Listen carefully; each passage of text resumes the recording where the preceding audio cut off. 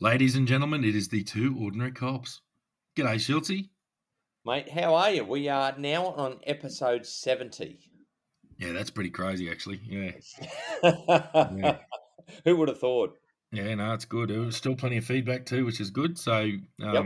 yeah, we'll just keep talking rubbish if you're happy to listen. That's fine. Yep. So, yeah, Exactly right, mate. Yeah, we've got people listening to us. So, um, we must have something reasonable to say, I'd say. yeah, yeah. No, mate, how you been? What's going on? I haven't seen you for a while. Oh, mate. Yeah. Yeah. Well, no, it has been a while, actually, probably a little bit too long. Mm. Did you like the photo I sent you last night of what I'm going to buy? Yes, we're gonna smoke some serious meat. I think that'll be good. That's right. Yeah, no, that's the Yeah. go. Have to So, bring up no, a cow to go in it. yeah, Mm. pretty much, mate. Yeah. Now I'm looking forward to that. And of course, my missus, she goes, "Where are you going to fit it?" And I said, "I'll find somewhere. Don't you worry." Oh no, we pride a place. We'll kick the car out onto the street and put it there. So yeah, for Yes. everybody listening, on getting a big smoker, big Yeah. steel thing. So yeah, no, there should be some brisket and probably chuck roast and yeah, mate. I think we can throw everything in there. We can just fit a cow in this one. All the things that put a smile on our face, mate. Exactly Yeah. right. So, But Schultzy, a couple of shout outs, mate. yes, mate, we have. So we give a shout out to Jeff Sampson. Now he's lives in Bundaberg. He's retired now. He's friends with my uncle and mum and dad. And my mum and dad just went to Bundaberg recently to catch up with them all.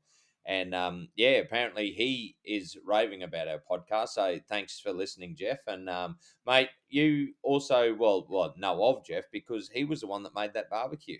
That we had the best day ever in Tennant Creek, I reckon. Yeah, I know the one well. That was fantastic. That was a good day out. Just two blokes sitting out the back, cooking a snag every now and then, basically just drinking beer. And it was a bit cool, so we had the fire cranking, and I think we had about a 1 foot flame coming out the end of the chimney. So it was definitely working well. Yeah, it definitely was. So, yeah, big shout out. Thanks for listening, and mate, yeah, get in contact if you want us to talk about anything or touch on anything. So, but yeah, very much appreciated. And mate, we've also got one from Jason Laring. You know him? Yeah, Jason and I worked together. I'm fairly certain it was Alice Springs. Yep. I don't think we worked together a lot. I think we were obviously at the same station, so we knew each other fairly. Not brilliant, not extremely well, but I certainly know who Jason is. And yeah, good to hear from you, Jace. It's been a long time. It's been nearly 10 years actually since I was in Alice. Jeez, wow, time flies. And mate, yeah, he just said, listen to episode 69. He said another great episode. And he just needed us to point the direction of the Bob Rennie series. So because he'd heard about it and of the other ones, obviously he probably hasn't listened to them in order. So yeah, so I just sent him the link for the first ones. Uh, 17, mate. That was episode 17. Yeah, wow. We're now on 70. Jesus. Yeah, it's unbelievable. So Mm. yeah, mate. But yeah. So thanks, Jason, for listening, and let us know. Hopefully, you did get onto the Bob Rennie series. Um, Mate, the other one is we've spoken about Nathan before. He's the one that works at McDonald's and listens to us when he's I think he's working in the cold room and or in the what do you call it, in the stocks? Restocking. Yeah. Yeah, yeah. So, mate, he actually gave us a very, very good question. He said, "Thanks for the shout out. Very much appreciated. After listening to the last two episodes, it got him thinking about promotions. How do people get promoted? What do they have to complete to get promoted? And times when people are pushed higher in rank than they should be." Yeah. Interesting one because I mean we like to stay pretty positive. Look, a lot of people who do get promoted actually are very good at what they do. There's a case. Of course, there are those who do get promoted beyond their ability. Um, but I mean, there's the old saying that there's nothing more X than an ex copper or an ex smoker or you get all critical. And I think that the whole idea of us is we're not super critical. And realistically, there's only a very small number of people who I genuinely didn't like at higher rank. There was Yeah, a lot of people who I did like at higher rank, and I thought they were quite good. And don't get me wrong, there were you question decisions constantly, but that's just good. That could also be good leadership because you know that you're safe. You're departmentally safe to actually go, no, sir, can you explain that to me? Or no, ma'am, can you explain that to me? So I think the best way, if we add a bit of structure to this, we could probably have a chat about it for quite a while, Schultzy. Well, mate, I reckon so. So there's been a couple of comments, about getting promoted like above your ability and maybe too early and all that sort of thing. But look, there's certain people that are good in leadership roles, and mate, you and I both were sitting OICs of police stations while on probation. Because we're the only ones out there. So it's a bit hard for us to put anybody else down for being promoted probably too early. Hmm. Well, I mean, we were put into those roles, and It's an acting role, yeah. And yeah, there is a difference between acting and substantive. So yeah, I think yeah, we can cover all that. We can probably yarn about this for a while, I'd say. Yeah, definitely. Well, people wanted longer episodes, mate, and they yeah, apparently they liked the hour and a half one last time with good old Peter. yeah. So No, that's good. yeah, But yeah, I think what I might do is I might actually talk about, for those like police are going to understand this, but a lot of people mightn't understand the rank structure. yeah, Um, when you work in an organisation that is required to give orders, and you do have to carry them out. So the police is still very much a paramilitary organisation in that um, there is a rank structure, and you are lawfully required to carry out the any tasks that are given to you by a person of a higher rank. yeah, Now that varies a lot. There's variation, especially at the operational level, which is down low. But yeah, the military operates like this, and it needs to, because quite often you're carrying out things that just must be done, and there must be that you don't. There are times when you just have to do stuff, and you can question it later, and you can inquire all the rest of it, and of course you have input, but sometimes there isn't the time to argue the point, and you just have to get stuff done. So, as a result, there is still very much a rank structure, and I would think that police and fire are quite rigid in their rank structure. I know that we're not nowhere near as rigid as the military, and I've been in the army, so I know how that works. And we're definitely not as rigid as that. Well, certainly not with the lower ranks anyway.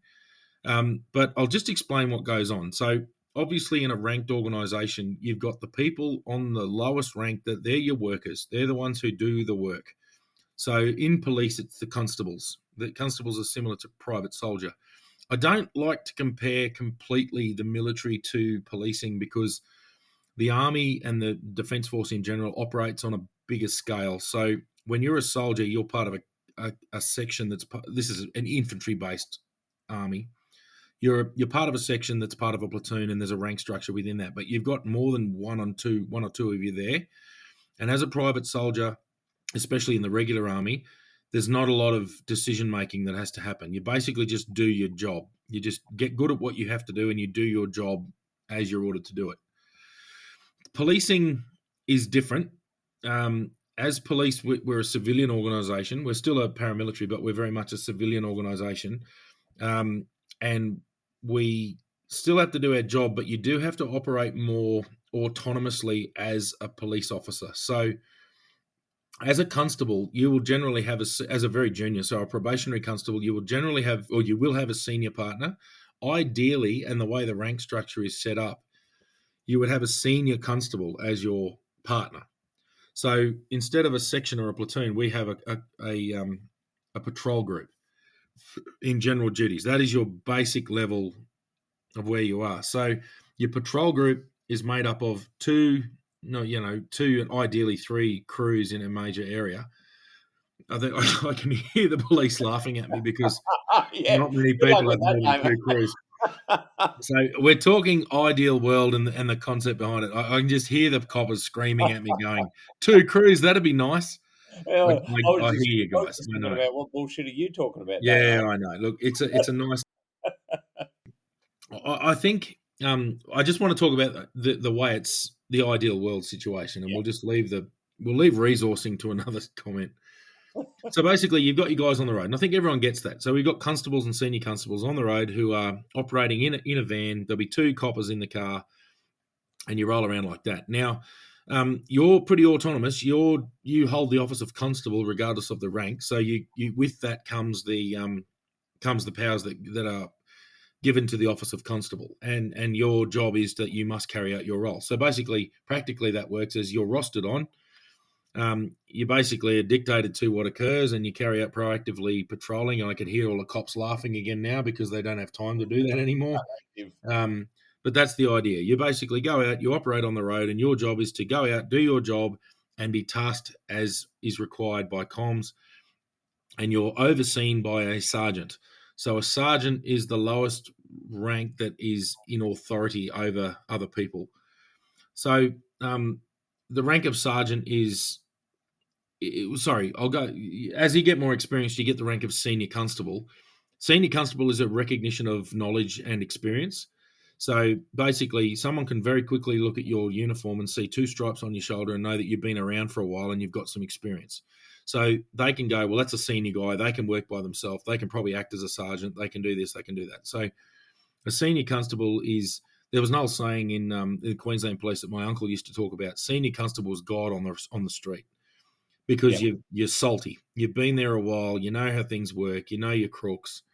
You've been there a while and you've got that experience, and you can definitely mentor junior members. So your junior constables coming out of the college, and also your Connies who are not at that senior constable level yet, you sort of mentor them a bit.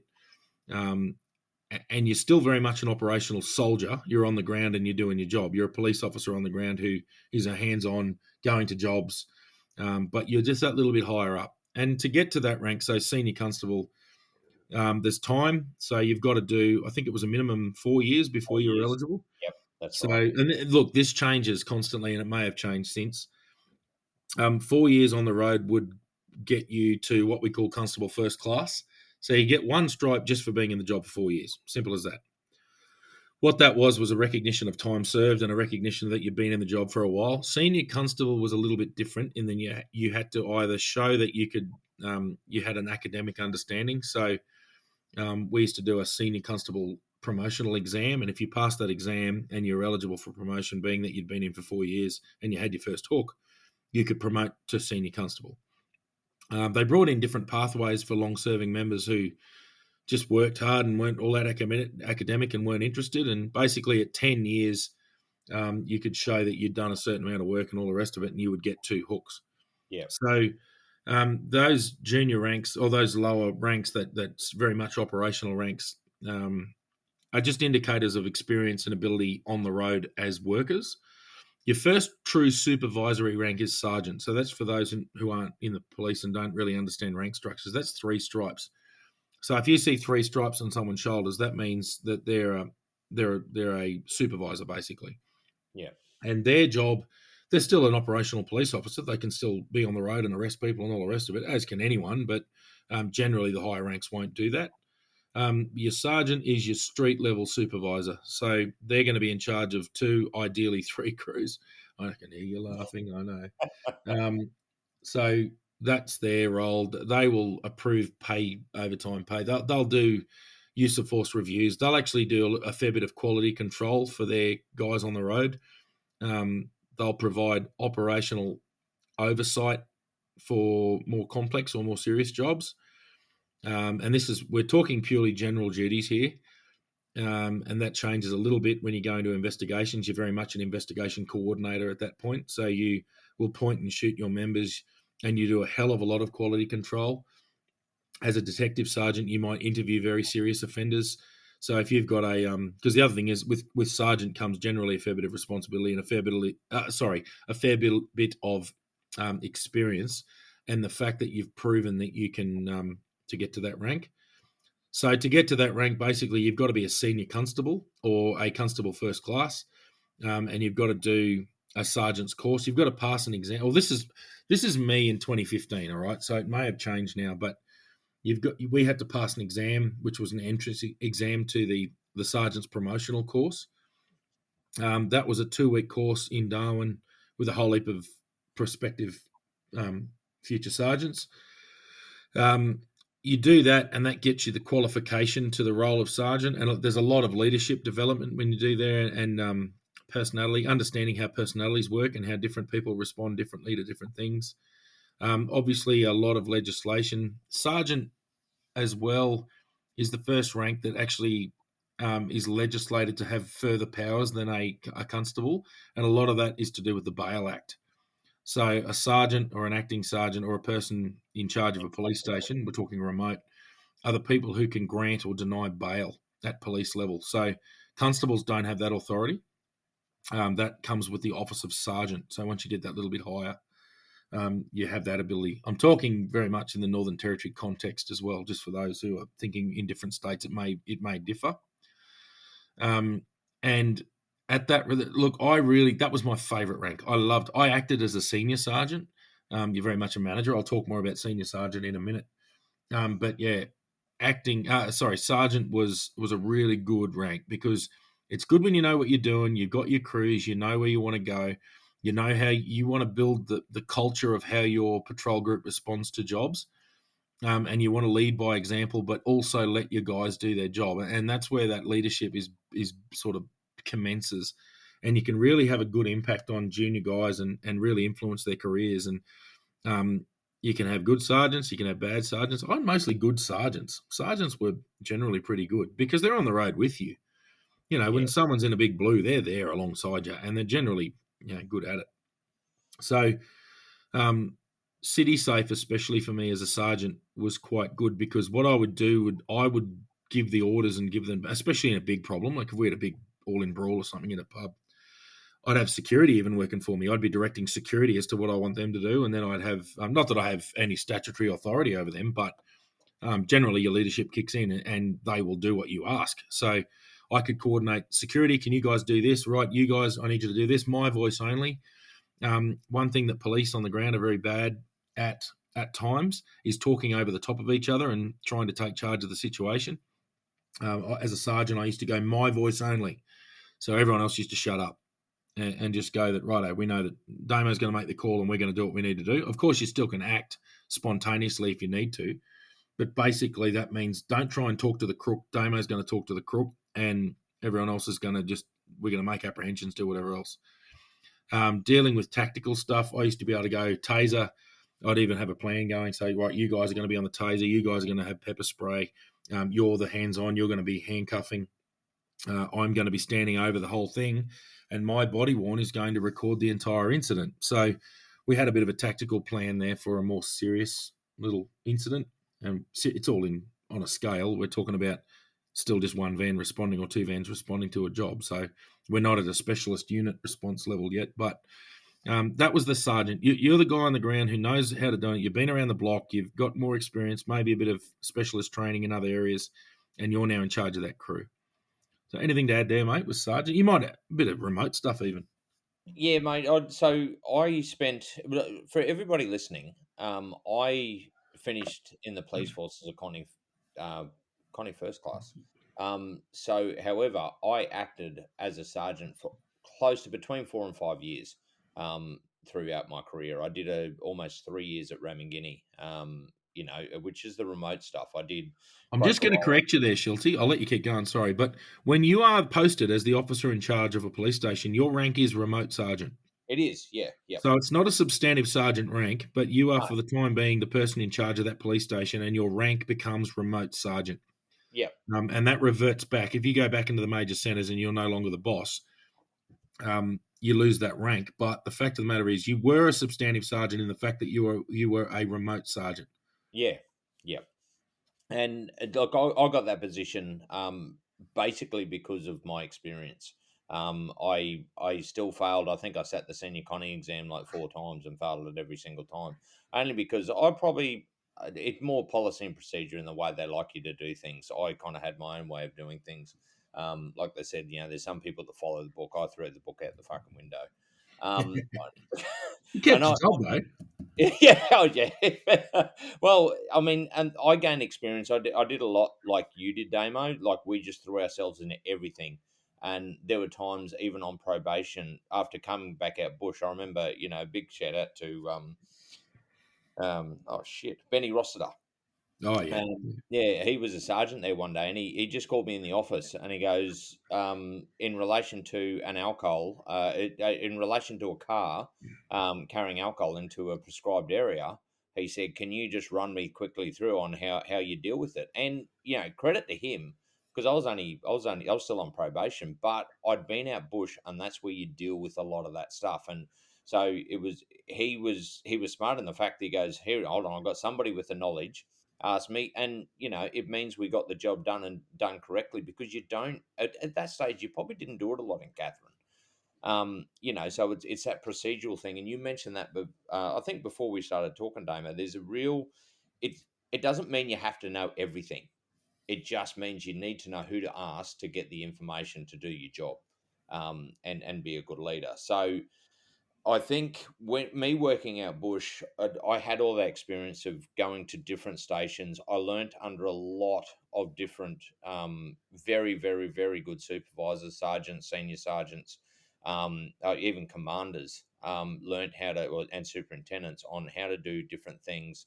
I did international requests when I was working in the family and domestic violence unit. So with all that experience plays into you getting that role, or being given the opportunity to basically be the a remote sergeant.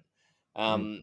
And look, the my experience also allowed me, talking about, so there was, under the intervention, there was a lot of people getting sent out bush, who especially from Darwin, and not knocking the cops from Darwin, but you just don't get the, what would you say, Damo? You don't see as much of everything when you're in those bigger areas. So whereas No, Catherine, yeah, you're right. You're very busy. Like I'm certainly not going to knock Darwin coppers, because I was one, and we worked our ass off. But the fact yeah, was that you just, um, I don't know how to explain it perfectly. So in Darwin, you've got a lot of resources outside of general duties that you can call yeah, upon.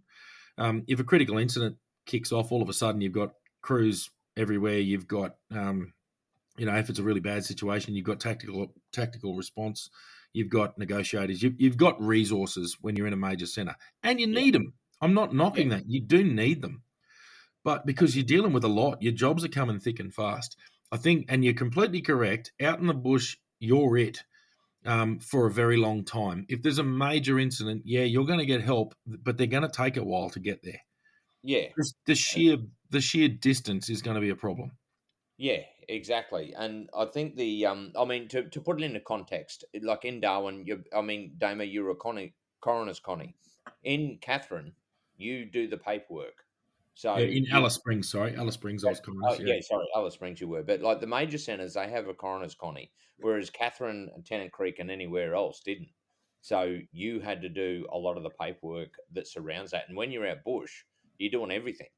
yeah, Um, so it's that sort of experience that allows you to probably act up and have a lot of knowledge when you're in there. In saying that, I wouldn't say I was the best sergeant. I'd learnt a lot, um, and still learning even today when I manage people.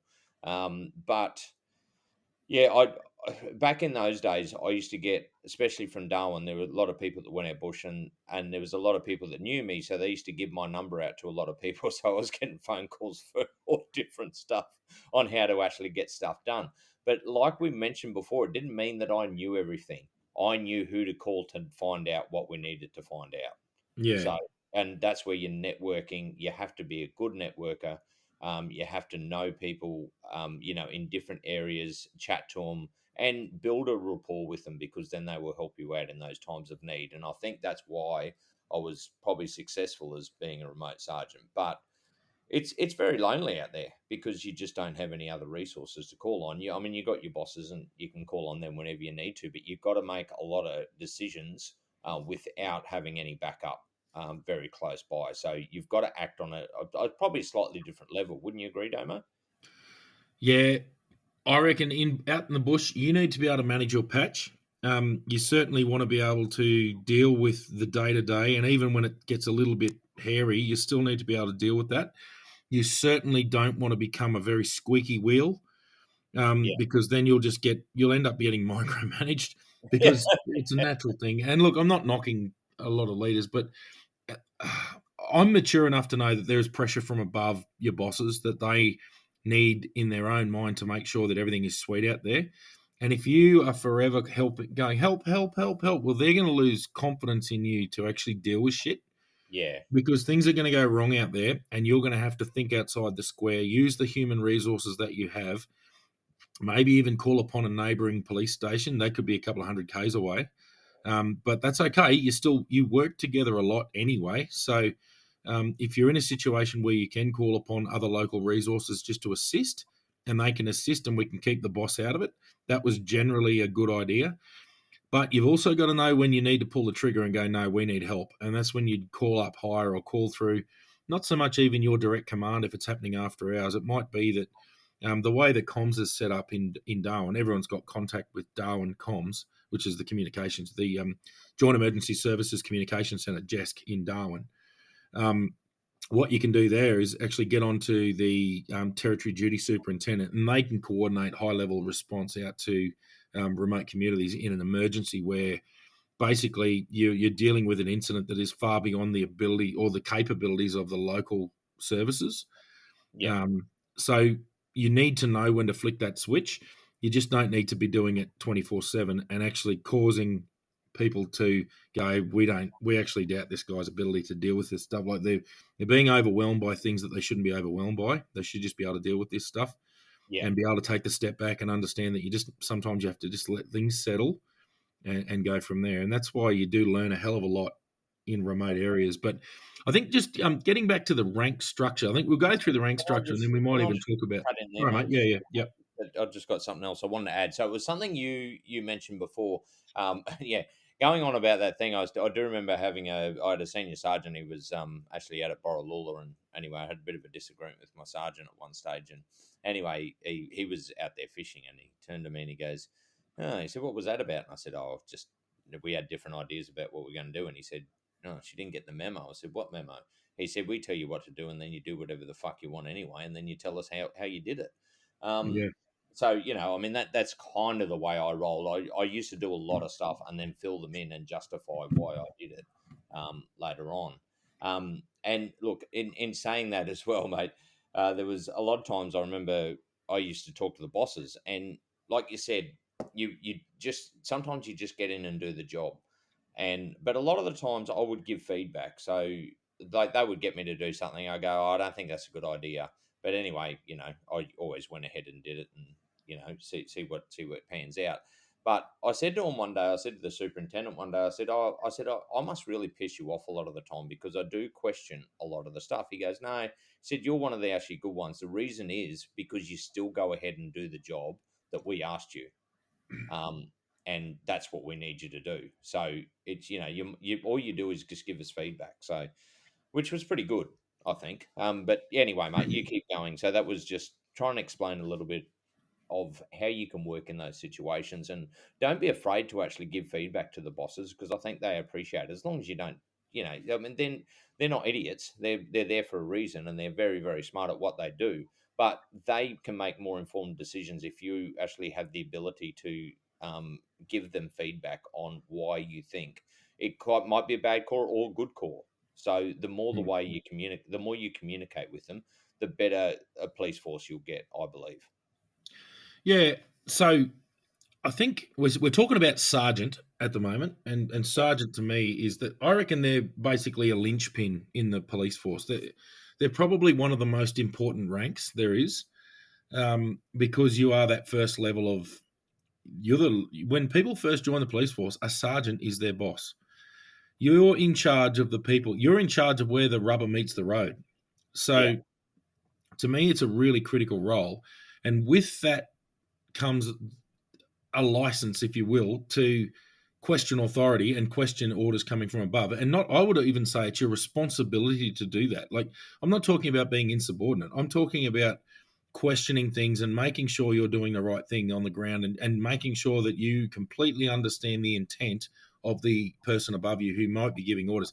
The other thing is, orders don't generally come down to police. It's not that you need to go and do this. It's actually just do your job. You've got policy, procedure, and ways of doing things. You're just going to respond. Um, and the superintendent role, which is the one, or the senior sergeant, which I'll talk about in a minute. So that higher level command is more managerial. It's more of a HR senior sergeant, which I'll talk about shortly. I think, righto, we'll finish talking about sergeant.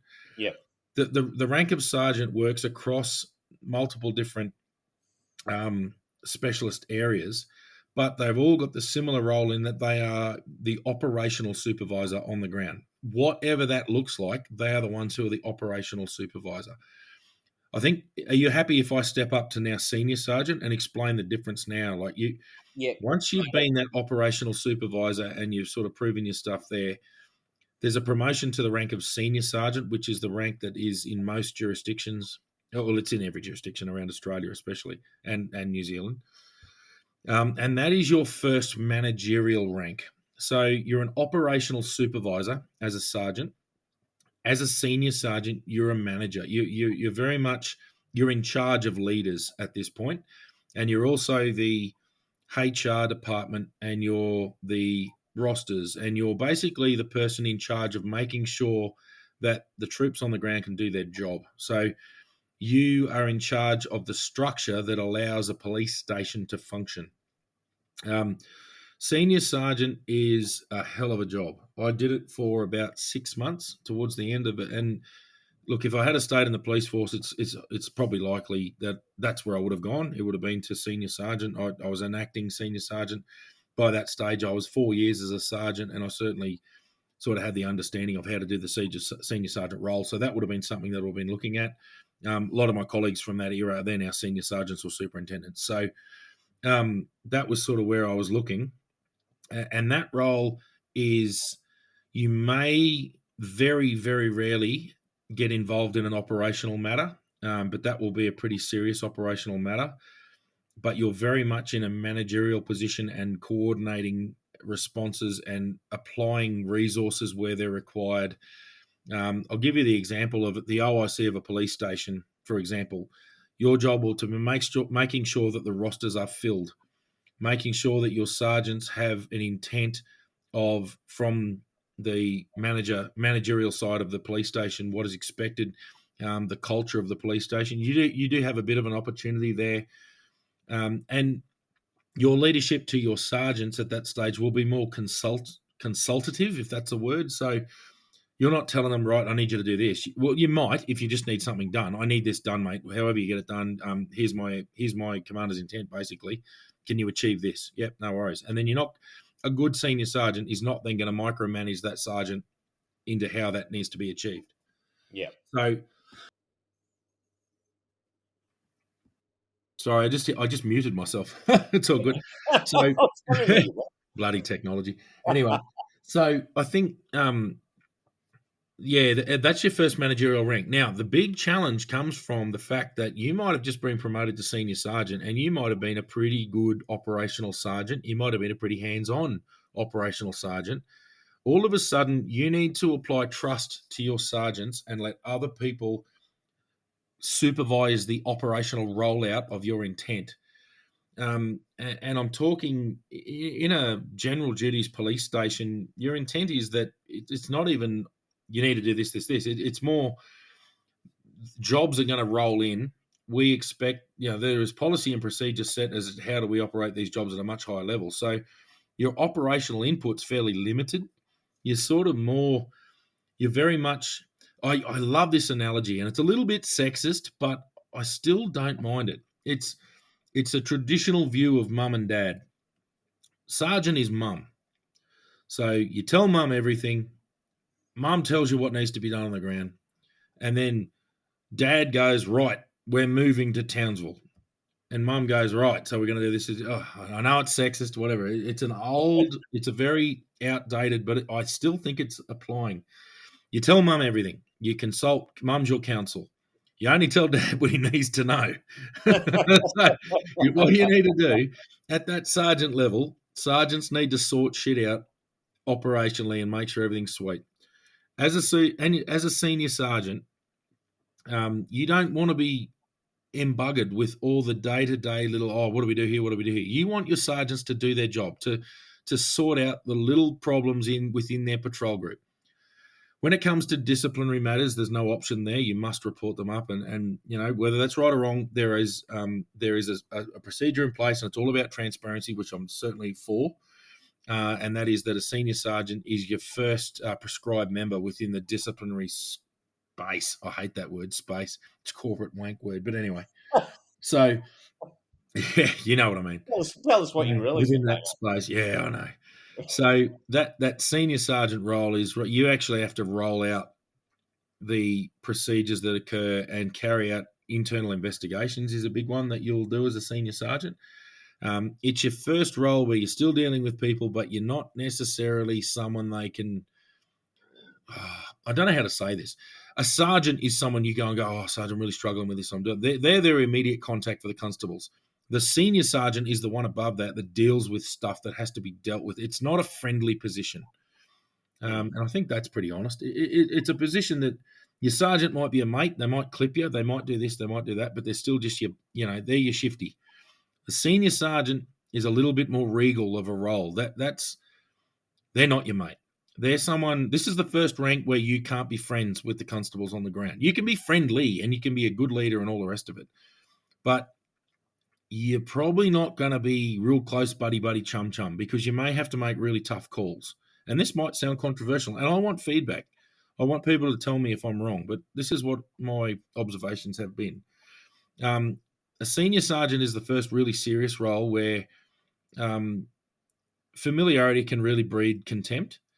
You need to be friendly, approachable, all the rest of it, but there may be times where you need to make very difficult calls, and that may be very unpopular with your troops. And that's where you need that courage, and you need to be very, very fair, and you need to be very transparent in your decision-making process.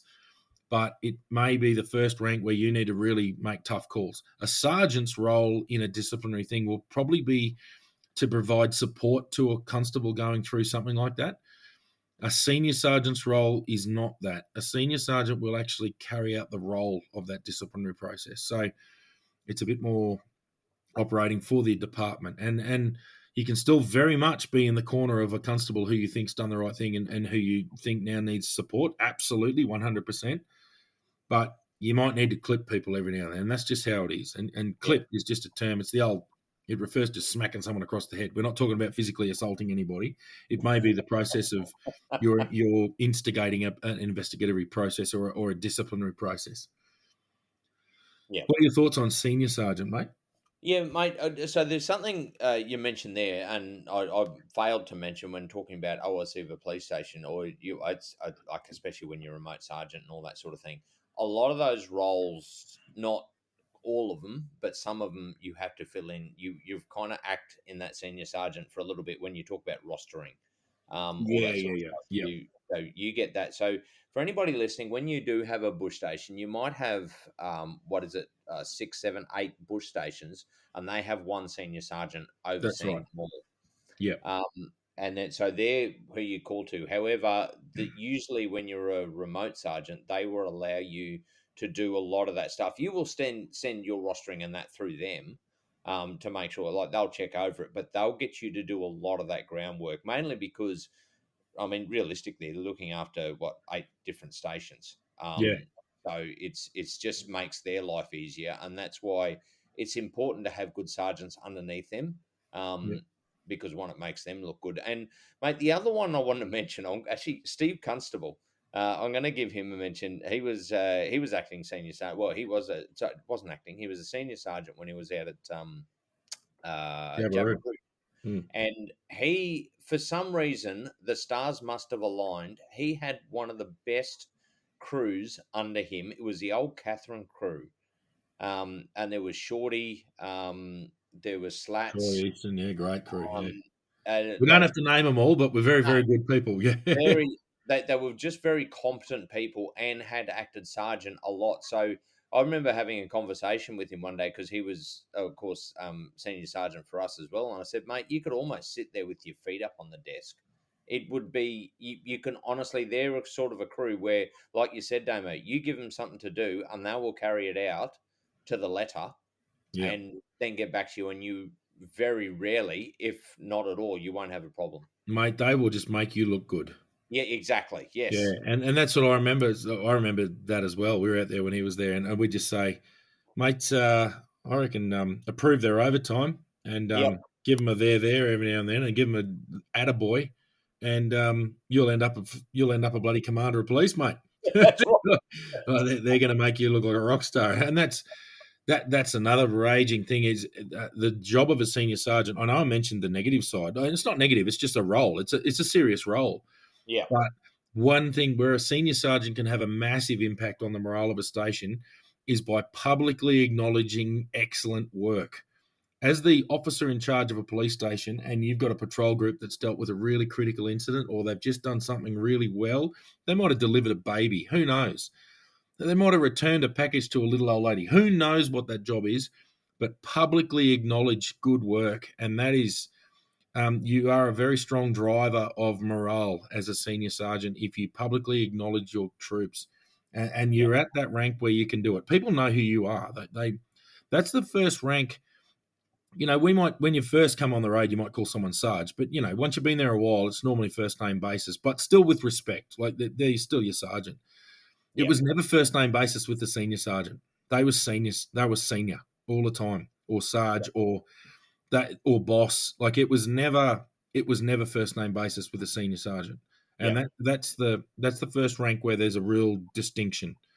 And Um, sorry, Dan, I'm just going to cut in there. We also always also had a big thing that say if you were a Connie on the road and you're referring to the sergeant, you always call him sergeant in front of the troops. If you're mates and you're behind closed doors, then you could call them by name.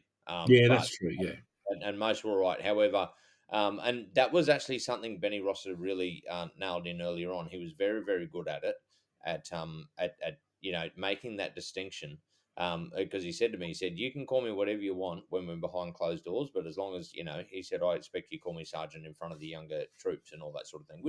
And he used to do it to me when I was a sergeant, and he used to come out and help. He always referred to me as sergeant in front of the troops. yeah, And that was it's also a respect thing, and it carries on with that rank structure. yeah. No, Sorry, it's keep very going. no, it's very much a respect, and you're completely right. Yeah, Yep. absolutely. Moving up through the commissioned ranks. So in the Northern Territory, we don't have inspector rank. I know almost all other jurisdictions in Australia do have that inspector rank, and I know that a lot of the officer in charge stuff of stations, especially major stations in other jurisdictions, is at that inspector rank. We didn't have that. We had superintendent or divisional commanders, and they're basically in charge of a number of police stations or a major centre, and then an area. They might be that they're in charge of a major centre, including the specialist roles that are operating in that major centre. And then you've also got um, your superintendents in charge of regions. So there'll be a region of police stations, and there'll be a number of senior sergeants underneath that superintendent, and they're called sir or ma'am. So any commissioned rank is sir or ma'am, and they're certainly not your friends. They're bosses. They might be a friend. Like it might be that you get along well with them. And outside of work, the police force is slightly different in that outside of work, you might, I don't know, share a sport team or something with them, and you might refer to them on first name basis. You might know their family. There might be family friends, whatever else. But at work, they're sir or ma'am. There's no first name basis at that level. Yeah, Commissioned rank is definitely something that is still very much respected. And look, I'm not an expert in what goes on at those higher ranks. I know it's very high level, dealing with very serious disciplinary matters, ensuring your senior sergeants are covering your operational response coverage, so you're responsible for that. It will be the implementation of local standard operating procedures. So it's a very much office based role, and all of the ranks above that are. Once you hit that higher level, superintendent is still an operational rank technically. Once you hit commander, you're considered a director and you're an executive rank. Superintendents can operate as the territory duty superintendent, and there are legislative powers that superintendents, so the lowest level of commissioned officer in the Northern Territory, actually have. So your territory duty superintendent is somebody in JESC, so the Joint Emergency Services Communication Centre, who will authorise call-outs, who will oversee those remote areas after hours and things like that. You're really at that higher level, ensuring staffing. So it might be that you're looking at staff levels at different areas. So that really higher level managerial stuff. And you also have the ability to report up and report problems and represent your region to higher ranks for securing resources and things like that. You start to deal with budgets, so overtime budgets start to become a concern. Um, and What? then, yeah, well, yeah. The joke used to be is if you got a bloody budget, it's your duty to blow it. Like that was, I've never had to deal with budgets, but it was like bloody hell. You've got to do the job. You've got to operationally provide troops on the ground, and if that costs money, it costs money. So Yeah, yeah, and then obviously we've got higher levels. Then so you've got the executive rank and all the rest of it, and that's really looking at high level strategic command of the police force, answering to government, representing the police force views, what funding needs to come down, organisational direction. So that really high level managerial stuff is what you deal with once you're up in those commander, assistant commissioner, deputy commissioner, and commissioner level. At the commissioner level, you're basically you're an extremely high level. You're one of the highest level public servants in the government within government. Um, very much answerable to the minister. So those higher levels are very much removed from operational response, and that needs to be that way because you may be reporting up. You'll do a lot of media at that level, especially at assistant commissioner and above. That's really where the media will start to rip into you. At lower levels, we just give our reports. I've done plenty of talking head media responses, yeah, and they don't rip into us. They just go, "What happened?" And we just tell them what happened because we're operational police. We're not running the police force, and they understand that. But when you've got someone like an assistant commissioner, a deputy commissioner, or a commissioner in front of the media, that's where they will tear into you like they do a politician.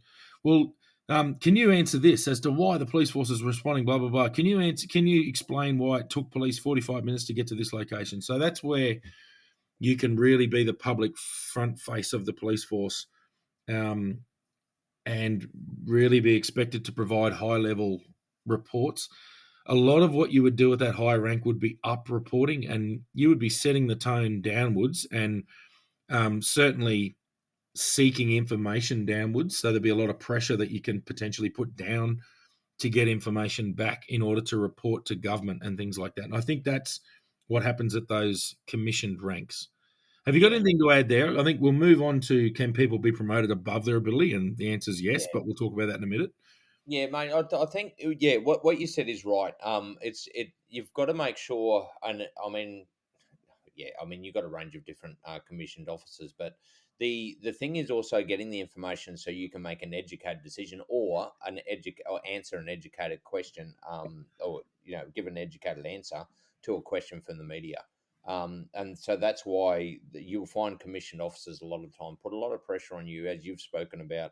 When you were dealing with the COVID thing, that they need information right away, because they need to answer those questions because the media, that they don't work on the same timeline as police. We like to be structured in how we actually deliver stuff, and there's also certain amounts we'll deliver at certain times, and we've got to be quite strategic about the way we actually do that. Because sometimes you don't want the media to know about certain things or the public to know about certain things for investigative reasons. So yeah, it's a bit tricky, but I think, mate, I think you've just about nailed it pretty well. Yeah, I think so. And look, one thing what you mentioned there about sometimes you don't want the public to know, that's not because we're hiding anything. That's because if we release stuff to the public, a witness will suddenly become threatened, or a potential offender may destroy evidence. It's not because we don't want people to know. Like once we've completed the investigation, we'll go from there. Yeah, But investigations have to be secret. They have to be they have to be confidential. And the reason for that is because we might set traps for offenders for them in order to, and it's not entrapment. It's mm, we need to extract evidence to prove that a certain matter's occurred, and we need them to be oblivious to what we know. So yeah, it's not that we're not hiding things from the public. It's that it's operationally we cannot have this exposed. It might even be a safety matter. We might have yeah, someone who wants to murder police, and we're going to say, well, police at 6 a.m. tomorrow morning are going to conduct a search warrant at this location. No yeah, worries. Well, a sniper's going to be waiting across the road and going to blow your head off the second you step out of your car. So there's a lot of operational safety and investigative security reasons why police don't tell people stuff. Yeah. I think a lot of normal, reasonable people will understand that, and I think a lot of other people go, "Oh, you're hiding things." It's no, like there's nothing to hide. But I'm not Yeah. telling you when we're going to be there because you won't. The crooks won't be there. Yeah, yeah, that's right. So Like, if you, yeah, sorry, mate. Like, I know the drug squad. A lot of the times, they wouldn't even talk to some cops out on remote areas and all that sort of stuff. Until they actually went out and did the job, and not because they thought the cops would tell anyone, but just because they know if you keep it within certain circles, and it makes it fine. If somebody does get the information, then you can also track down how they got the information. yeah, Because that's right. Yeah. obviously it has happened in the past. Yeah, and that's right. So yeah, that's just a little comment on transparency. But Yeah, yeah, so I think our next point, I think we've roughly explained the rank structure. So the next point was, can people be promoted beyond their ability? Absolutely, they can. yeah, There's been plenty of cases where people have been promoted to a position, and you just look at them and go, "My God, you're a post turtle." For those yeah, who don't know what a post turtle is, and I do apologize if I get it wrong, but basically, if you're walking through a paddock and you come across a fence and you find a fence post with a turtle sitting on it, they're not supposed to be there. They're elevated far beyond their station in life. Somebody's put them there. They have no business being there, and we need to remove them from there because that is not where they're meant to be. So that's what yeah, we call a post turtle. But anyway, I didn't make that up, but it's a bloody. I think it's an excellent little point. Um, so yeah, they've got no competency sitting on top. They can't carry out their role. So basically, there are times where people are very good police on the road. They're good operational police. They might get promoted, and all of a sudden, they're not good communicators, or they're not good at doing things as a team. So they're used to working by themselves, and all of a sudden, I'm sorry, but you're in charge of a crew. People might be very untrusting of their people below them, and as a result, become quite micromanagey and not let people. You've got to let intelligent people do their job. And yeah, we've said that plenty of times. I think in the leadership program episode we spoke about that.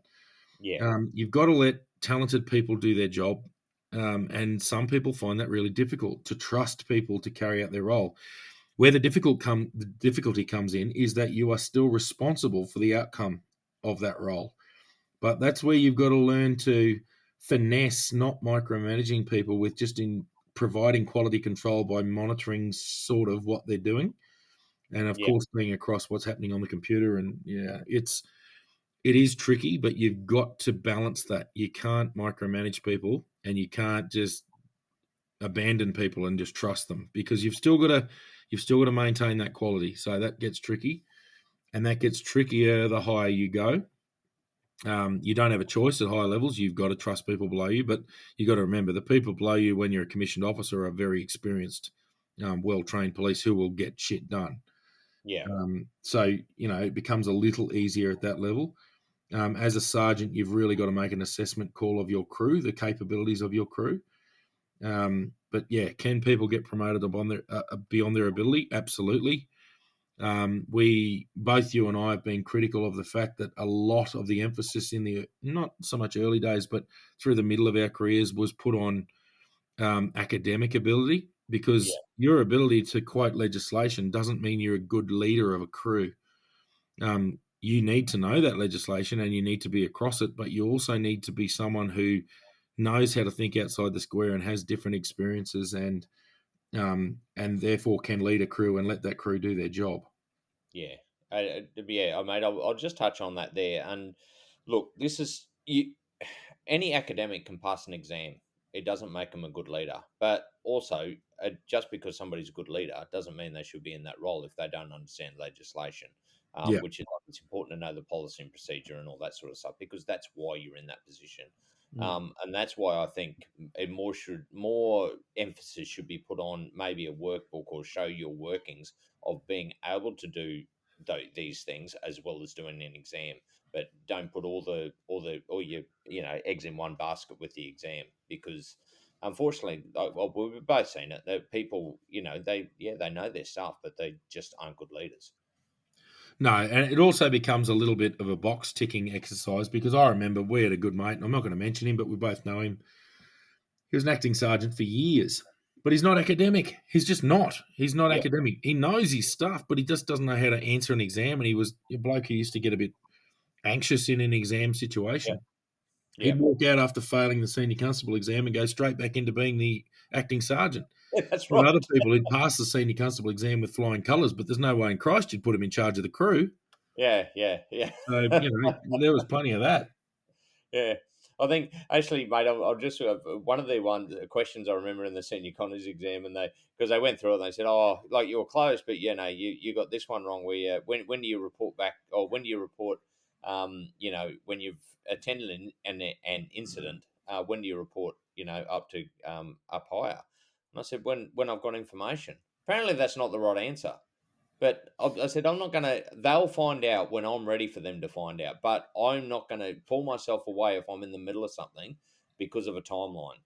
I Yeah. need to, and that's one thing. That's why I talk about policy and procedure. I kind of threw the book out the window. I did it because I could justify why I did what I did. Yeah, you know what? I don't think you did. I don't think you actually. I know we're saying that, and it's funny, but I don't think you did. I don't think you actually threw it out the window. I think you applied it practically on the ground to the situation that you had at hand, Yeah, in order to solve a problem that couldn't be solved any other way. You still acted lawfully. You still acted yeah. within standard operating procedures. You didn't throw the book out the window.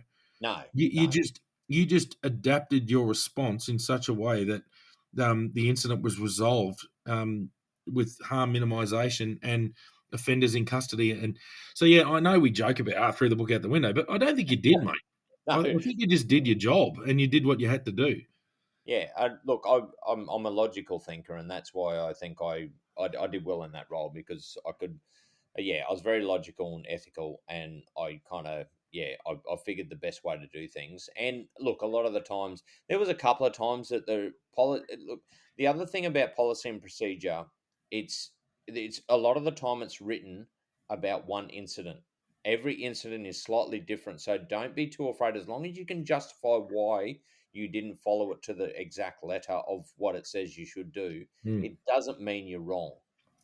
No, It, and look, I'll even add there that the exact letter of the law, you can't dictate exactly how somebody is going to respond. What you need to do is put out an objective that people can aim towards, because the classic example here is if you're driving across I don't know if anyone's driven a harvester or a lawnmower or anything in there. If you look directly in front of the lawnmower when you're driving across a big lawn, and then you get to the end of it and you look back, it's going to be a bloody question mark. It's going to be your cut track is going to be squiggly and all the rest of it. yeah, If you look at the other end of the field and focus on that, you will drive straight to it. yeah, So basically, what you need to do is you set the intent, you set the final objective outcome, and then you let people work towards that. And I think SOPs do that sometimes well and sometimes poorly. They go that yeah, situations need to be resolved with this as a solution. So the thing is that you come up with the practical ways of getting to that solution, and you might have to go forward and then go back a bit and then turn the corner and then walk around a tree. But eventually, you get to the way that we do business, and you achieve what you need to achieve. If you try and prescribe every step of the way, well, it's going to come undone really quickly, because you can't do that. You need to let the people on the ground solve the problem, knowing that they're working towards a goal, and your job as the boss basically is to set the goal, and yeah. that's it. Yeah, yeah, that's right. And look, mate, there's one other thing I want to mention when you're talking about managing. I had two Connies underneath me at one stage, and one was very good. You could give them just about anything; they would go at it like a bull at a gate, and they would do a fantastic job, and they'd do it to 95%. But then something else would grab their attention, probably ADHD, I would say. And they go off track. And so, as a sergeant, I would actually go through the job and find out that basically everything's done, but it's not quite finished off. Yeah, And so a lot of the time, because he was so good at actually jumping in, getting doing a lot of stuff, I used to just finish it off without saying anything, mm, because I was more than happy to have him in that role. Whereas the other Connie, you could give him something, and every T would be crossed, every I would be dotted. It would be absolutely perfect. By the time it got to me, it was ready to be finalized and finished. However, trying to get him to do anything extra was like trying to get blood out of a bloody stone. Yeah. Whereas the other one was just, yeah, he was happy. You could throw him into things. So it's about managing different personalities, as you mentioned before. Oh, mate, Um, 100%. 100%. Couldn't have said it better. Yep. yeah. Yeah. So and that's so part of being in that leadership role is learning your people underneath you and what they're good at and trying to use those strengths to get the results that you need done. Yeah. No, mate, it's, yeah. It's a, that's the leadership side of it. I think we've, just to recap a little bit, so we've gone through the rank structure, the reason there is a rank structure, Yep. um, the basically a little bit of the roles of those ranks, and especially those lower operational ranks up to the sort of superintendent, and then touching on the commissioned officer ranks and the roles of that. Which, look, I'm not familiar with exactly day to day operations as a executive officer because I've never been one. So No. I'd be open. Hey, listen, if there's an executive police officer listening, Yep. anonymously, just give us a rundown. What's the day in day out? Because I don't. I know there's a lot of up reporting, a lot of responsibility to government, but I just don't have the experience to be able to comment with any level of truth. So I'm not going to. Well, mate, Um, I'm sorry, mate. I'm just going to add yeah, in there. I was having a good chat to. I can't remember whether it was commander or superintendent. This when I was looking after Guinea, and I I made the fatal mistake of actually whinging about how many emails I got a day, and I think it was anywhere between 20 and 40 at that time. And I said this is like, I'm basically, I'm a very well paid admin you officer. ratchet strapped to your computer. Yeah, Yeah, that's right. Yeah, exactly. Anyway, and he said, "Hey, Schultzy, don't feel so bad." He said, "I got about 140 to 200 a day," yeah, and I'm going, "Holy shit!" yeah. Like, yeah, I'm not going to whinge anymore, sir. No. Yeah. So, look, we can all sit down at the lower ranks, and we've got legitimate concerns, absolutely. But you've got to be mature about the conversation and understand that, mate. When you get to those higher ranks, I've got mates who are now in those higher ranks, and I've spoken to them, and the pressure Yeah, is unbelievable. That he said that there's a lot of the enjoyment and the fun goes away at those higher ranks. The enjoyment and the fun is within your patrol group. yeah, It's not when you're an assistant commissioner, you don't have a team. I'm sure you can still have coping mechanisms, but you don't have the ability to just take the piss and have a laugh with your boys or no, girls. Like it's you're working by yourself. You basically your person in charge. There's one person in charge of you. You might have a few people who you are in charge of, and they're high ranking and they've got opinions, and it would be very, very difficult work. And I'm certainly not going to take away from that. But I no, would no, love to hear. I really want to hear from a high level, or not even just I would love to hear from a commissioned police officer yeah, anonymously. If you trust us, we're not going to burn you. We want to hear from you. We want to know what's the role. Tell us about that high level. So anyway, yeah, we'll mate. We've hit an hour. I knew we'd be able to talk about promotions. oh, mate, piss easy. Yeah, Bloody hell. Yeah, look, and in saying that, sometimes, yeah, you probably just need to give your officers higher up a bit of a break because they are under pressures, and sometimes you won't understand some of the pressures that they're under. Um, so yeah, do give them a bit of a break every now and again, and that's one thing I used to pass down to my troops when they complained about certain either superintendents or commanders and all that sort of thing. Yes, you can have a whinge, however, you've got to understand there's other things at play that we don't know about. So, yeah. Yeah, um, they may not be under operational stress, like they're not getting attacked and they're not getting assaulted and all the rest of it, but they are permanently being squeezed from above and below, yeah, and it would be a very stressful, very high intensity administrational role. yeah, definitely, yeah, Yeah, yeah, for sure. And I think that's the important thing is, and like we've always said, communication is always the key. yeah. So, yeah, that's how it all Good rolls. point, Schultz. I love it. As a perfect way to finish it off. Well Yeah. done, man. Well, mate, I reckon we're just about done. Yeah, that'll do. All right, and again, like Damo said, get in contact with us. Give us stuff to talk about. And look, thanks, Nathan. That was actually quite a good one. You inspired us to go in a bit more into depth into stuff that we haven't really mentioned before. So, yeah. So keep it coming. Definitely. All the best. We'll talk to you next week. All right. See ya.